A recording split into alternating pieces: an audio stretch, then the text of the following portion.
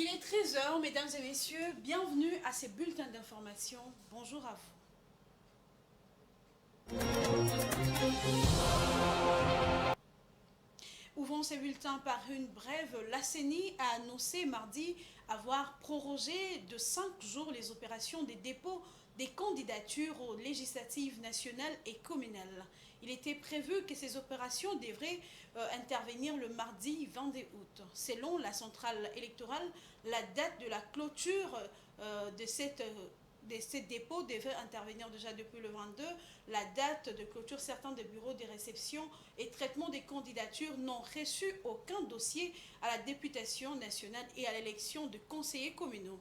Elle note également la persistance des défis logistiques auxquels font face les parties prenantes concernées par la constitution et les dépôts des candidatures.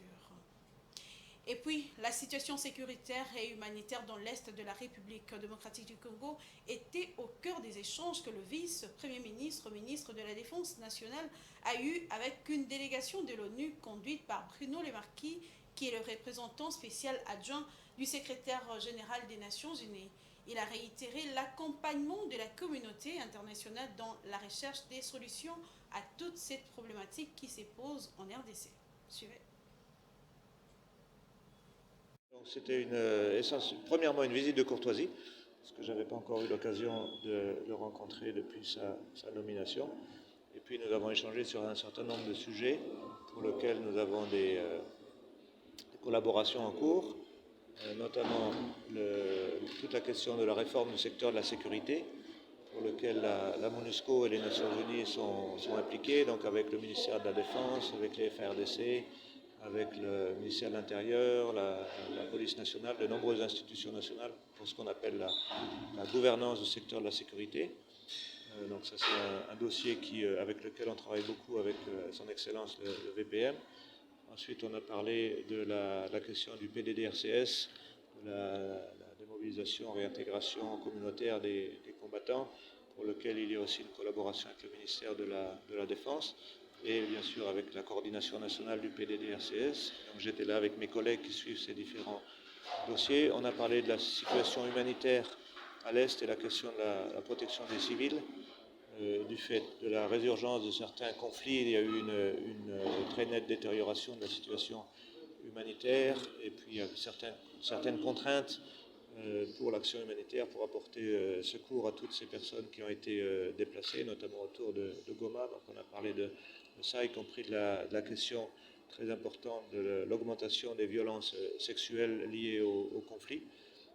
Donc c'est aussi un domaine dans lequel il y a des échanges avec le ministère de la Défense, les FARDC. Et puis on a aussi parlé de la question de l'extrémisme violent, notamment la question des ADF pour lequel la MONUSCO, les Nations Unies, travaillent avec les institutions de la RDC pour apporter des solutions à ces questions de contre-terrorisme. Les Nations Unies, à travers leurs différentes composantes, les Nations Unies c'est une grande famille, donc il y a le mandat de la MONUSCO qui est bien connu, et puis il y a aussi tout le mandat des agences, fonds et programmes, ce qu'on appelle les agences, fonds et programmes des Nations Unies, qui sont très impliquées en termes de stabilisation, en termes d'appui au service de l'État, y compris dans les provinces de l'Est. Et puis il y a tout le volet humanitaire qui concerne les partenaires des Nations Unies et au-delà des Nations Unies, donc c'est tout.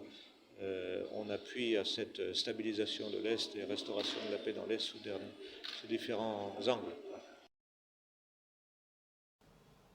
Lors de son passage à Likassi, le gouverneur de province Jacques Kiaboula Katoué a inspecté l'évolution des travaux de construction de la route des contournements. Le chef de l'exécutif provincial s'est dit satisfait du déroulement des travaux réalisés jusqu'à présent. Suivez. Cette route de contournement longue de 22 km et large de 11 mètres et d'une réserve d'espace d'élargissement de 55 mètres au total de part et d'autre prend forme dans la périphérie de Likassi. Déjà, les 15 km entretenus montrent ce que sera cette route exécutée par l'entreprise chinoise China Civil Engineering Construction Corporation, CCECC, sous la supervision de l'Office de voirie et drainage OVD. Ces travaux sont financés entièrement par le gouvernement provincial. Cette route part du village Nguya sur la route Lubumbashi-Likassi jusqu'au village Mukoneka sur la route Likassi-Kolwezi. Une fois les travaux terminés, les avenues et chaussées du centre-ville seront épargnées des véhicules à gros tonnage qui les détériorent à longueur des journées. Jacques Aboulakate s'est imprégné de l'évolution des travaux de construction de cette route de grande importance et se dit satisfait de la manière dont les travaux avancent à pas de géant. Une œuvre de plus dans l'actif des actions du chef de l'État Félix-Antoine Tshisekedi Tshilombo. Mais si nous ne construisons pas cette route de contournement, et donc tout le travail qu'on va faire au centre-ville, ce sera du travail, ce sera une perte d'argent. Nous sommes satisfaits que déjà qu'il y ait ouverture de cette route de plus ou moins 15 km et donc les 5 autres kilomètres ou 6 km qui restent, ça va terminer d'ici peu. Et dans les semaines qui suivent, nous allons commencer à voir des routes être asphaltées à Likassi, tout comme cette route de contournement par les efforts du gouvernement provincial tels que recommandés par le chef de l'État, Félix-Antoine Tshisekedi, qui veut à ce que Likassi puisse avoir des infrastructures bien construites comme jadis, et nous voulons que notre ville soit brille, qu'elle soit propre, et donc cette propreté passe par la construction des routes de qualité comme nous l'avons fait et nous continuons à le faire. Préoccupé par ces chantiers de grande envergure, le gouverneur de province a visité même l'atelier des CCECC, situé à 1 km du chantier pour se rassurer de l'effectivité des mises en place. Ici, l'entreprise prépare déjà les matériaux et c'est ici aussi que se fait la granulation. Plusieurs fûts de bitume sont déjà prêts pour les étapes suivantes de la construction de cette route. Durant cette inspection, le gouverneur de province s'est fait accompagner du procureur général, du ministre provincial des infrastructures, Eric Sakouyema, des quelques élus de Likassi, Daoute Katwe, René Banza et John Liave, du commissaire provincial de la PNC général Odimba Okito et du maire adjoint de la ville de Likassi, Jean Muzinga Mushinzi.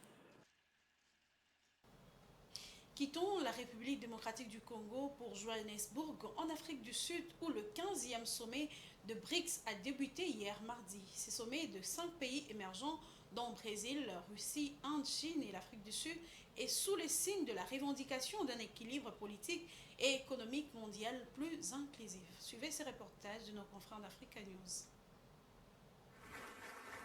Le 15e sommet des BRICS s'est ouvert mardi à Johannesburg, avec au centre des discussions l'élargissement du bloc qui veut étendre son influence au niveau mondial. Dans une vidéo adressée aux dirigeants des BRICS, le président russe Vladimir Poutine a réaffirmé que la Russie ne reviendrait sur l'accord céréalier que si toutes ces conditions étaient remplies. Nous avons refusé de prolonger ce soi-disant accord après le 18 juillet. Nous serons prêts à revenir sur notre décision si et seulement si toutes les obligations à l'égard de la partie russe sont effectivement remplies. J'ai répété à maintes reprises que notre pays était en mesure de remplacer les céréales ukrainiennes, tant sur une base commerciale que sous la forme d'une aide gratuite aux États dans le besoin, d'autant plus que nous nous attendons à une excellente récolte.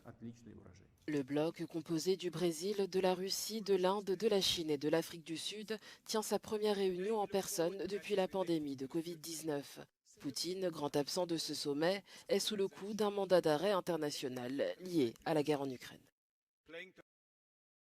Voici arrivé à la fin de ces bulletins d'information, mesdames et messieurs. Merci de l'avoir suivi. À 19h30, vous suivrez la grande édition du journal qui vous sera présentée par Jojo Moulamba. D'ici là, portez-vous bien. Au